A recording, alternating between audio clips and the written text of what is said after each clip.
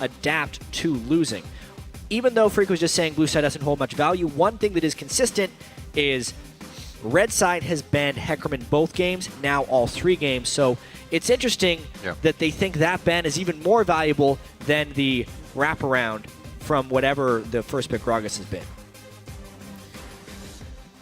Already seeing could be Thresh banned out by Cloud9 again. The Janna could follow as well to make sure Lustboy gets hit up once more. As LemonNation's Nautilus is taken out. We've seen that these bans have not stopped LemonNation and the rest of the supports, such Lustboy, from entering the jungle early game, really getting in the hair of the other team. And exact same bans from game 1. Right. When TSM was blue and Cloud9 was red. And I like this, actually. How TSM lost to the Urgot. Didn't lose to high Urgot, but the Urgot was on the other side. Right. And the Gragas versus Sejuani doesn't seem like it has first pick value with the way Sejuani ultimates have been landed in this series. They've been more potent, I would say, than the early game Gragas jungling. Makes you question whether Meteos will even pick Gragas on this rotation or if he's just going to side with Sejuani. I wouldn't mind if that goes to the mid lane, seeing Hai go back to Orianna if it's something he's actually had his hands on. Xiao was really able to turn the tide. It wasn't the easiest lane, but it definitely proved to be big during the team fights. And it's kind of where these games are panning out, right? It's not a win-lane win game for these teams. Too much has happened in the mid game to really make that early game a big impact. It's going to be Gragas, though, for Meteos to Sion as well for balls to come in this game. Yep. Still, in theory, the Gragas can stand in front of the Sejuani and pull off some big plays there. Yeah. It will put emphasis on Meteos to make plays in the early game, though. This time, they're kind of trading champions that they have been defeated by. You could say that. Yeah, very similar champion pools across a lot of the players here. Yeah. Definitely a very strong pickup here. We've heard Wildturtle say in the past, when they get the better comp, Corki is one of the names that he shouts out in that list of the composition that they've picked up. So this will be good for him. Well, especially Riv, because they have physical damage mid laner right now. That's true. That getting Corki as an AD carry is pretty good still. That's a really the good point. splash of magic damage they'll be able to get. Definitely seems not flustered, but they are taking a lot of consideration into whatever pick goes with this Corki. It's going to be a Maokai, and they lock that in for Dyrus. Definitely a lot of discussion there, you're right. About Wildturtle. They were basically just getting his input on what he wanted from the AD carry in this game. Yeah. Corki will end up working here, but they pick it blind pretty much into whatever Cloud9's bottom lane wants to be. Still some unpredictability on the support picks in this series. We've seen Braum and Morgana from LemonNation. Lustboy's played Nami and Kennen. I doubt they'll play Kennen without Kalista, though. Where are the comms for C9? There you go. Lemon's starting to talk, so it's definitely going down the line here as they pan this out. C9 usually a team to wait all the way down to the last moment anyways. And double lock in to give TSM the least amount of time to come up with a pick. So far, TSM definitely shows that they can fight. And it looks like that fight is going to be matched by a little bit of fight of their own. Cloud9 pick up Sivir and Braum.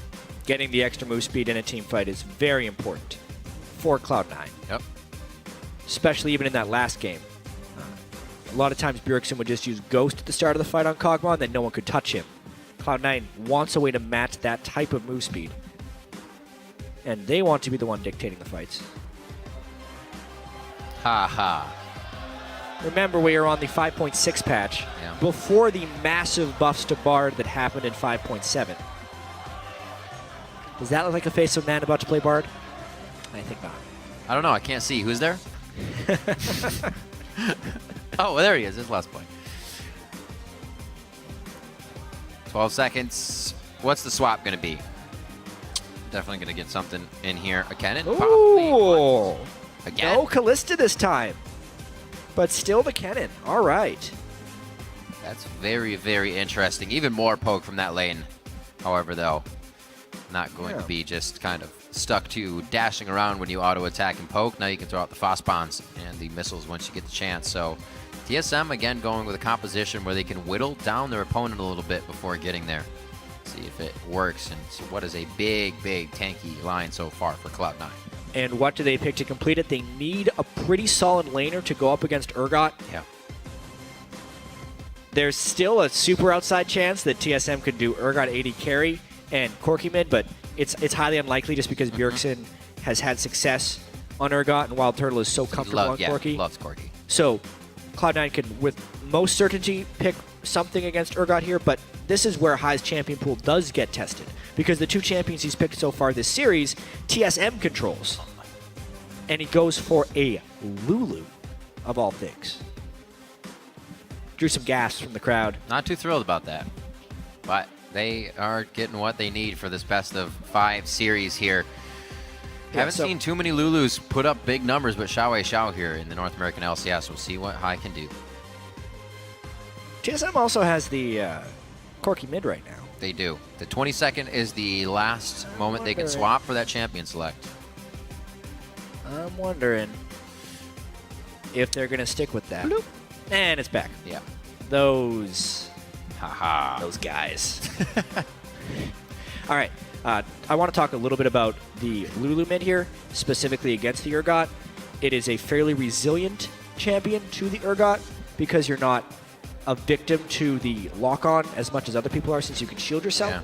As well, Lulu does work quite well with Sivir for the overall speed, but it is not your typical protection comp. Cloud9 may be very low on damage here unless Sneaky really gets going, which is a big danger here. Leaving the last pick to the mid laner and then getting something that feels like an underwhelming pick does tend to happen when you're against an Urgot. There's not very many good picks against an Urgot. Yeah.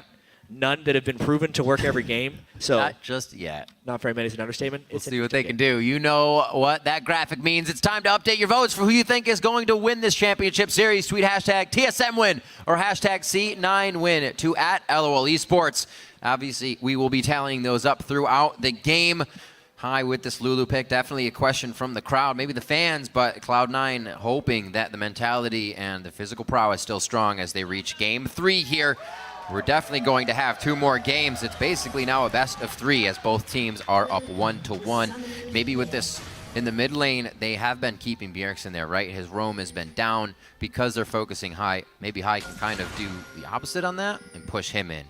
Yeah. High says Bjergsen's wave control is just one of the things, though, that makes this split's MVP so dangerous. The way he controls his wave lane, like whether he wants to push or keep on his side, he really likes to abuse that. Say you're pushing out, right? And you don't have wards, you're going to get ganked, or he's going to pressure that gank on you. So he does everything he can to try and abuse you for being in a bad spot, or if you're trying to greed for something. And we see that time and time again. Yep.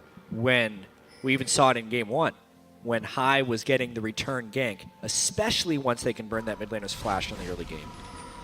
Bjergsen is able to prep that mid lane wave in just the right spot.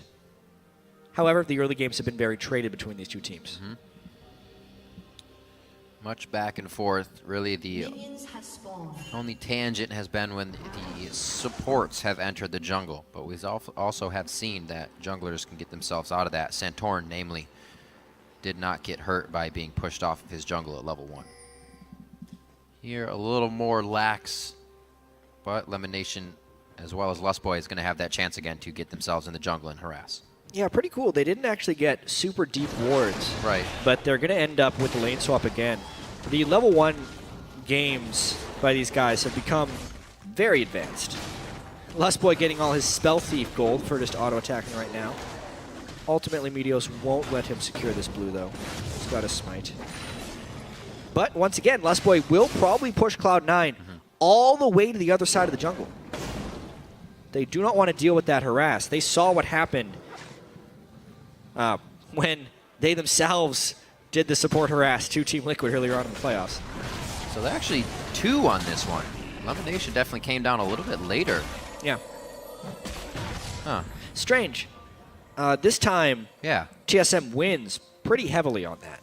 Notice how they cleared their entire jungle right there, whereas Cloud9 just the 1 camp. It's basically over a level of a single player's experience to the edge of TSM. That sapling worked out really well for Dyrus. It didn't actually push the lane any, just ran over to Sneaky. That one will, however. It's going to be hard for him to get some CS here in the early game. It's what he's used to. He's already up by 6 for that jungle effort. So level 3 will keep him pretty nice. It's really strange what happened there. Like, both teams have the same idea of a solo support walking into counter jungle. Yep, it's been every game. Cloud9 is playing it very defensively when they start their jungle. They are sending both people immediately onto the buff so that no one can push them off the buff when they get there. Yet LemonNation was very late in his invade, which allowed TSM to make a much greedier start. Dyrus took one camp, Santorin took another camp, then they grouped for the buff. Therefore, if LemonNation would have invaded early, he could have pushed them off the early buffs and then pushed them off the main one. But because he was late, he doesn't stop anything. Same as last time. They were almost expecting TSM to do a conservative start, where an early invade would have been protected by the smite of the jungler and the take of the buff. But because they just guessed wrong, TSM gets the early game lead. Trying to make it that same as last time, where you just walk in with Riptide and be a nuisance on Nautilus. I guess not as easy here. Looking at that top now of Balls and Wildturtle, they're going to be matched up here in the lane. Should go pretty evenly. Wildturtle's obviously going to stay very safe here. And we'll see what Balls decides to go. It's interesting to see Dyrus level up that Soul Furnace right away, but just 1, 2, 3 for Balls right now. I kind of doubt we'll see another maxed shield lane Sion. It's like Gragas, or rather Meteos, doing a good job at getting all the scuttles. He's definitely going to be up in a bit of gold there. And the Lustboy, the side roam, is able to see him. So thwarts his roam towards the bottom lane. They now know where he is. And it doesn't look like Santorin's really in a position to gather anything off of this, but more of his own jungle. He is going ahead and get a ward out, however, since he's cleared everything. Yeah, and looking at early jungle CS, I mean, again, Santorin is ahead of Meteos, level-wise. Very good job by him, making sure to control his own experience, gets his jungle upgrade before Meteos as well. Therefore, can maybe even be out on the map before Meteos. Here's what we were looking for from high. Glitter, Lance, all you can to get that wave into the turret. I'm sure Bjergsen is having a hard time farming. We may actually see some movement from Santorin there in a little bit to relieve that pressure. Right now, we're watching that pressure in the top lane. Balls is having trouble at the bottom a bit here, and Dyrus in the top lane.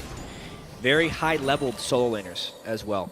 Not much denial going on. That's a good point. Because of the support invades early. This time, it really didn't pay off for Cloud9.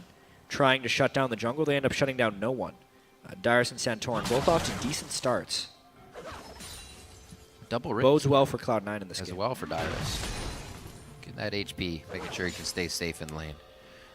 Balls' teleport still up. Dyrus has used his Ahri to get back to lane, so he's hoping to stay here for quite some time. That may give Meteos something to gear for. Right now, he's inside the jungle.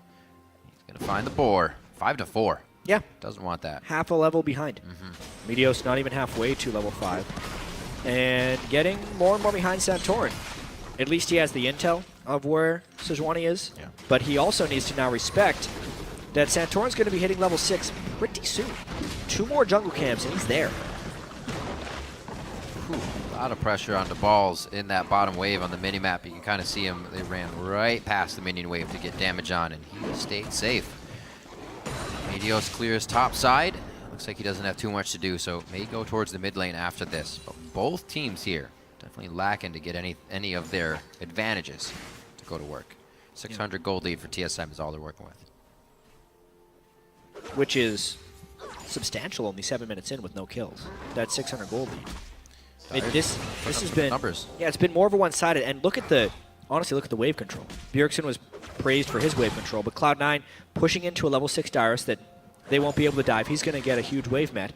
Whereas you look at the other side of the map, and Balls is getting denied down in the bottom lane. It's being frozen by Wildturtle and Lustboy, and plays aren't being made in any side. Even now, Santorin, with level 6, is trying to push them off their own blue buff. He is so brazen in this move because he's on the strong side of the map for TSM. They know the level disparity cannot be fought at all. Santorin completely pushes off Meteos there. He's left to kind of just scratch his head, run back to base. Seriously, a crushing early game so far from TSM. From the very beginning, the invade from Lustboy pushing Cloud9 to the other side of the jungle. The late invade from LemonNation that does not deny TSM at all in their greedy start.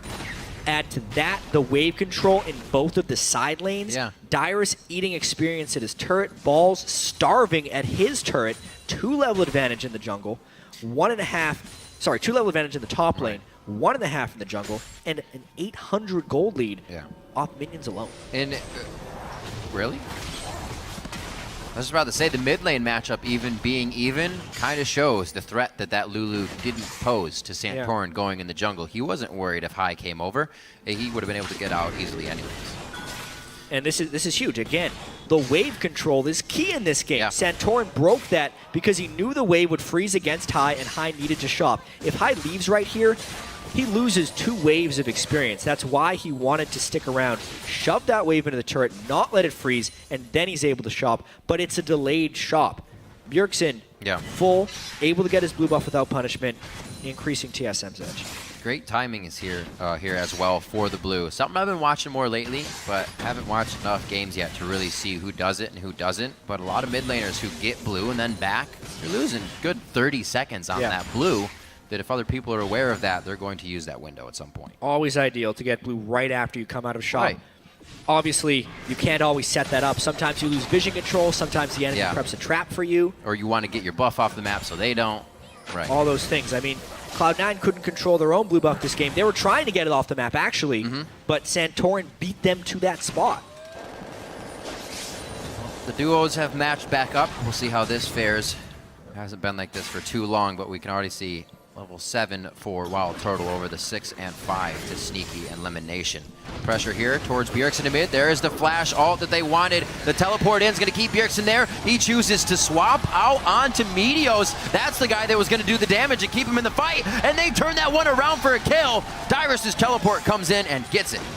Great job by Bjergsen there, withstanding the burst from the Cloud9 gank. Meteos using his E-Flash, and it actually gets turned around on him.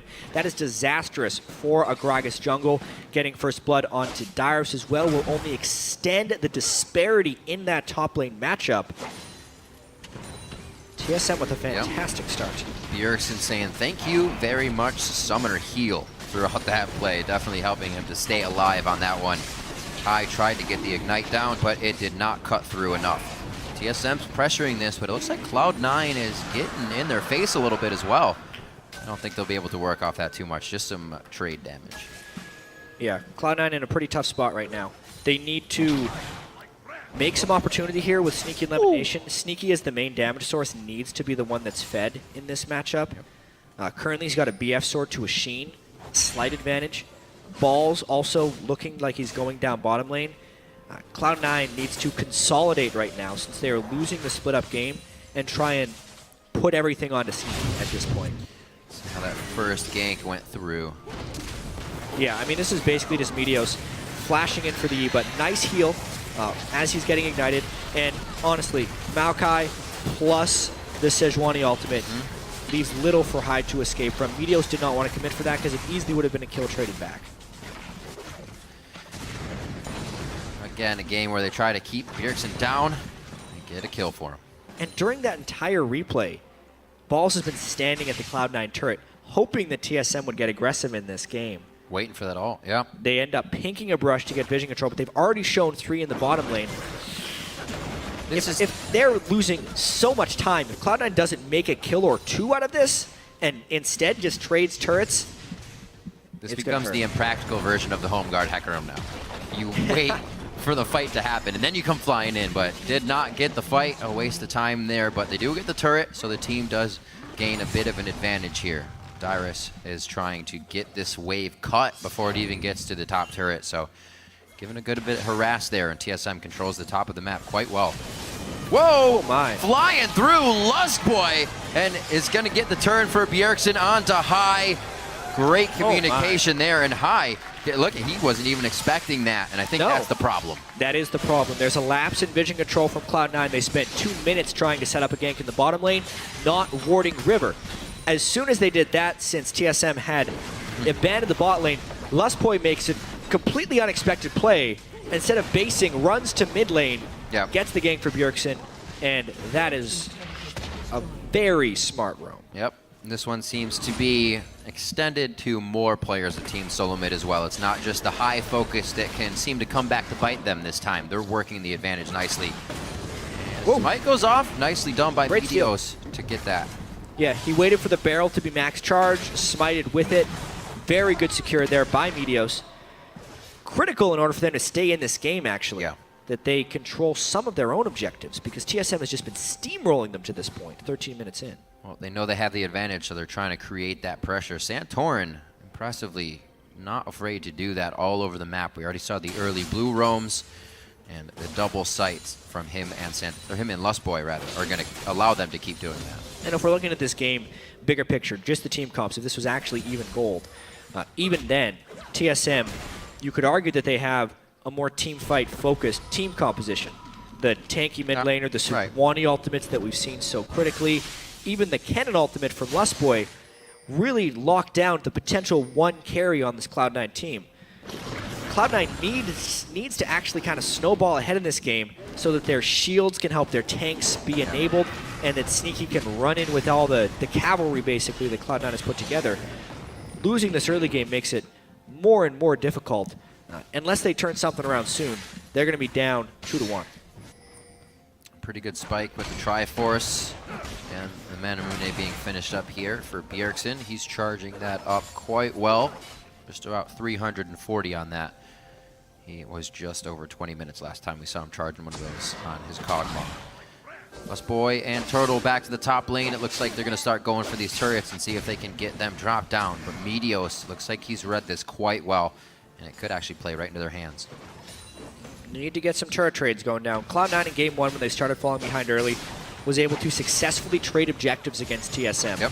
Wherever TSM was, Cloud9 was on the other side of the map, and they were using their shove in that way.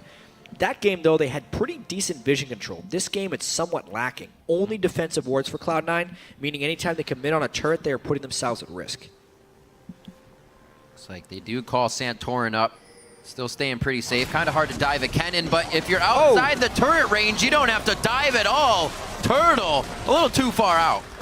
Great ultimate there by Meteos, and absolutely Turtle was too far out on that one. Could not even recover from getting knocked back with his flash and his Valkyrie. Meteos stuffed it. Flash and Valkyrie. Whew. Big play there for Cloud9. Really big play. That has been something we've seen before. Turtle getting himself a little too comfortable. Cloud9 is definitely going to take advantage. This turret should be going down. 50 seconds is perfect on the clock because they're going to want to go back, rotate to mid, and start getting more pressure on. But this is nice that they don't have to come back to this top lane too much anymore. And TSM trying to trade, though. Bjergsen actually walking through a turret to attack this Sion.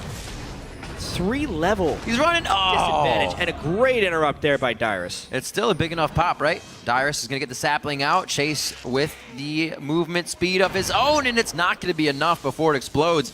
Lustboy is coming down. It's only a matter of time now. It's not so much will he die, but when will he die? Right, and what is the team going to get out of it? Exactly. They've already taken the mid lane turret, actually, in all of this. So very ineffective balls early on in the game, but effective enough to open up the mid lane for Cloud9. All right, so he'll probably farm up what he can down there. I'm still alive. Nope, he's dead. All right, see where TSM goes from here. They know he's down. That's going to be great. 15 seconds for that teleport to come back up is something they do have to be wary of. But if they can burn this down, it's going to be theirs uncontested. And I think it's pretty uncontestable at this point, especially with the Sion dead and TSM burning very little to secure that kill. Dragons may be one of the things TSM needs to use to win this game. Cloud9 has kept the gold pretty close, but that's because miraculously they're up 3 turrets to 1. One thing TSM did in the early game is they slightly valued the CS and experience differential over turrets, but then because Wildturtle got caught in that top lane a little bit farther out than he needed to be, it punished them with the turret. Again, then they chase a kill for balls, punished with another turret, and suddenly the turrets are the only thing keeping Cloud9 in the game. But because TSM is still stronger as a 5-man unit, as long as they just maintain control and don't get picked off by a very threatening Meteos, they will kind of catapult themselves into a 3,000 or 4,000 gold advantage. And I love the way they're building as well. Dyrus, he picked up the Catalyst, which could go Rod or Righteous Glory, which he likes, but then he just went Armor, knowing High's not going to be killing me. Sneaky's getting pretty big. I'm going to be able to be on Sneaky all day and just walk around the rest of Cloud9. Usually when a Maokai goes Catalyst and doesn't upgrade to Rod of Ages right away, dead giveaway. Righteous Glory. Righteous Glory for Dyrus. They're going to rely heavily on Wildturtle and Bjergsen for damage. Which, honestly, if High gets going a little bit on Lulu, would be a little bit low in the damage department. not having Yeah. big damage from their top laner, Sejuani and Kennen, since it's not an AP Kennen, it's just a jungle Sejuani, could be shieldable damage from Cloud9 in teamfights.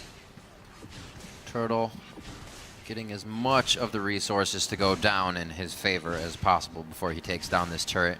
But this just means that TSM knows what they want right now. The rest of the team isn't going to get themselves to do a crazy fight, and they are just biding their time before they do get what they want. Cloud9, however, has squeaked themselves through that river area. Has a nice line of wards behind TSM's front line, which could prove useful here. TSM not on that side of the map, though, and C9's wards not really working too well. They're telling him TSM isn't there at this point, but not where they are, that's for sure. Yeah. Luckily, none of them have died in that 3-man excursion TSM took into the jungle. Dyrus grabs top, and the game continues now. So with much vision in Cloud9's jungle right now. You can tell TSM is kind of prepping the picks, but Cloud9 is nowhere near that spot. Really strange series of events right there. But the turrets have equalized, as we said. Kills less and less throughout each game here. We're at least 5-5. Heading for that just a few minutes after it spawned last time. Enough core items as well to make this go down quite quick. And Infinity Edge is finished up onto Sneaky. Yeah, we need to... 1,200 gold as well. Yeah, need to look at the power spikes here. Sneaky trying to farm this one out. Very typical of him to sit on an Avarice Blade for a long time. Wildturtle with Trinity Force and BF is very strong right now. When Last Whisper gets completed onto Bjergsen, he's really going to take off because that could sync with his Manamune transforming. Additionally, Dyrus finished his Frozen Heart, which is huge to match what Balls has. And overall, I think TSM is hitting more power spikes than Cloud9 has right now. But 3 turrets to 3 is actually not the perfect opportunity for forcing, unless they can use these wards that they've placed in Cloud9's red jungle to catch somebody out. So I think Meteos is going back, buys a Righteous Glory outright with about 1,500. High still sitting on a bit of gold. Over the past few minutes, Cloud9 was sitting on at least 4,000 to 5,000 gold across the board. So it was a good thing that they did not get caught up in a fight here by Team Solomid. But that has been something Cloud9 is strong at, is dancing around their opponent. Right there, we do see a bit of the trade and how much damage has been built up. We haven't actually gotten to see these guys use these spikes yet. Well, there goes Lulu ult. That was fast. High really thinking that there were more people there. Shows you how little Cloud9 knows about the map right now. It also goes to show you how much they're in his head. Yeah. He thinks he's going to get killed as soon as he gets targeted right now. This is huge for TSM. They love this 5-man group in the mid-game trying to push down this turret with poke, and they know there's no Lulu ult. Tons of poke. Waiting on that next wave, slowly creeping up behind them. Still a bit of wave clear to come from that Sivir and Gragas. They're not going to have any trouble with that. Lulu as well, throwing a Glitter Lance if any minions stand tall after all of that clear. TSM are going to have a tough time here. They may have to force this one. They could, if they go soon, they could get it before the Lulu ult, but honestly, they're not getting enough poke down to warrant a dive. Right. Yeah, that's true. Wildturtle does have the strength of the level 2 ultimate on Corki right now. Bjergsen does have the strength of the Last Whisper, but they're just not locking on to the right things, and they end up not being able to get anything done. They can ward around and position for Dragon 3. That's what they'll have to do. Just about 300 gold. High will have that Rabadon's able to put out a bit more and maybe change the mind of Turtle in some of these fights, and Lustboy if he can cancel them out. It's going to be difficult for them. The Lulu pickup did not make things easy for this game for Cloud9. Hasn't yet. He's been heavily punished by Bjergsen in the laning phase, which is what we expected to happen a lot in this series. True. If High could somehow split with Bjergsen in every game, Cloud9 may actually be the favorites in this series. But that's why Bjergsen is the most valuable player. Yeah. He demolishes his lane opponents routinely. And it's a 1,000 gold lead thus far. It's the pressure, though, that is being applied on the map from that mid lane position and the denial of High's farm that they hope to create the most advantages off of. Well, it's hard to shut down the MVP. Definitely is. Yeah. See if we can get a little action. Oh, here we go again. Mid lane. Oh, curve it! Curve it! Ah! Yeah! That's pretty good aim, though. Well, got it well. So Again, what can they do this time? This is the old Cloud9 this play. excursion. Balls tries to run away, distract as much time as possible, whereas Cloud9 is actually making a play on the other side of the map. Yeah, they are. Top turret. Dyrus is getting hit up, and there's much more catch potential on the tree here to be cut down. The stun bot of Lustboy comes in, though. My. This is why you don't dive a Kennen. It gets a little too hard. Lustboy's going crazy right now, and alone saves Dyrus. 2 deaths across the map there for Cloud9. Balls eventually fell, and then, my goodness, the ultimate there. Dyrus, home guard, he's going. It's going to be right in front of the bear pit. On too high. The glitter lance didn't actually connect all the way. That's going to be the swap as well. High only has a matter of time here before he goes down. It's not going to be Cloud9 that's closing in. It's more members of Team Solomid. Disaster there for Cloud9. TSM doesn't take the trade. No. They steal it all from Cloud9. Balls dies in one lane, the dive fails in the other, and desperately Cloud9 wants to stop this Baron, but that's a tall order. Meteos, he is there for the 50-50. That's really the only thing that stands. TSM will call off of it. Meteos has no chance to go over the wall now. He's going to be 1v1. Turtle throws his head into the shell and just ducks into the fight. Somehow pops out alive on the other side. Sneaky's Meteos here throws now. the barrel. Turtle does finally go down. Sneaky's going to start throwing the boomerang blades into the pit. That's the early smite, and Dyrus actually comes up with it. That could have been very bad for Team Solomid. What chaos, but at the end of the day, they only lose Wildturtle and they secure the Baron, so mission accomplished for TSM. They get the Baron and they extend their gold lead. Such a chaotic end to what was such a clean series of events there for TSM. Sneaky running down. Dyrus is saying, you're not getting this dragon alone. It looks like Dyrus is actually going to try and start this if he realizes that Sneaky's too far. So good plays by Team Solomid, really repairing what was going on around the map. It looked like Cloud9 had everything instantly turned in favor of TSM there with a quick act from Lustboy. Well, TSM had that amazing lead from the early game, and it's all about transitioning that into the mid and late game. Yeah. And they have been doing so. Cloud9 held on for a bit with some objective trades, but as soon as those trades go wrong, the whole building falls down, right? The cracks show, and it's a collapse. That's basically what's happened here for Cloud9. They were so far behind early game. As soon as they make one mistake in a rotation, TSM goes to crush them. They're trying really hard to get back in this game because it is desperation time right now. His ultimate just came up, but I don't think they wanted the fight. Slicing Maelstrom will not be used here. Dyrus, the martyr of the fight. He says, guys, leave me. I will be okay. They do pick up, Sneaky picks that one up with 3 assists on the team. And I'm not sure TSM is too worried about that just now. They have some room to work with here. A 5,000 going on 6,000 gold lead in just 100. And they have been playing it quite strong. The longer Cloud9 can keep the waves pushed out, the less they have to worry about the Baron buff that TSM has. Ideally, Cloud9 doesn't want to lose their second-tier turrets here, so they want to stay on the offensive, but they're just not that strong. They have a numbers advantage at the moment, so if they can catch someone from TSM, that's the play. Elixir of Wrath for Bjergsen. He loves those elixirs. His Mirror Mana finished up a little bit ago, so he's going to be outputting quite a bit of damage. And really great plays. You can definitely see the confidence from Team Solomid's play. That was obviously a call from Dyrus. Nobody was like, Dyrus, you're half health. Quick teleport in. He was probably saying, I'm home guarded. I can still make this work. Immediately. Let's make it happen. Immediately. He didn't even wait to heal the full. Exactly. Because he saw the play right away. First off, he survives and makes a great flash over the wall.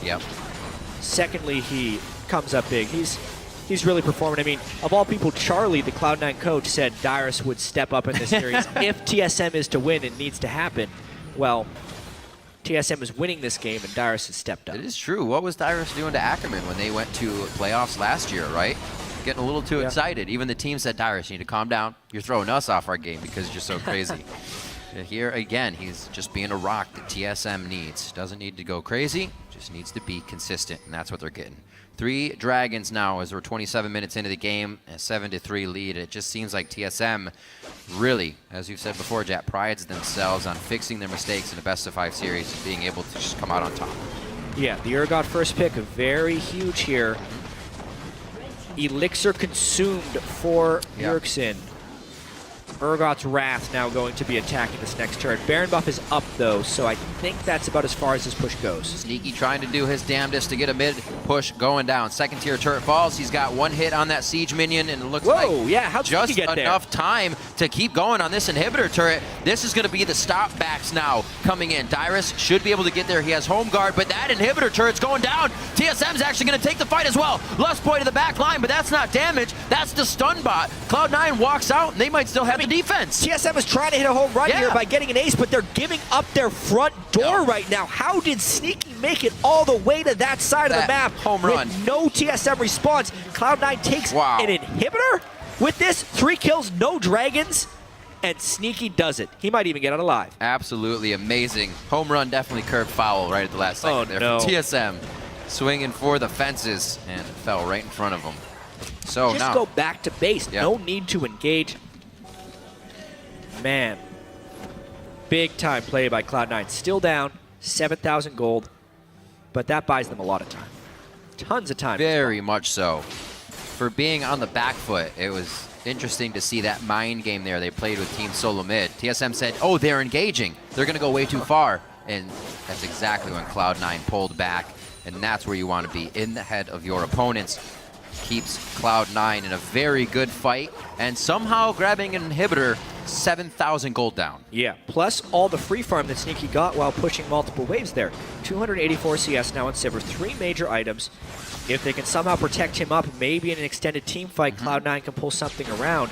We kind of knew that was the win condition for Cloud9. Get Sneaky ahead, get the shields going. If TSM doesn't build enough damage into the non-Urgot and Corki members, then maybe Sneaky can AoE people down in a team fight. And that is a stronger maybe now that Sneaky's been able to do that. Very true.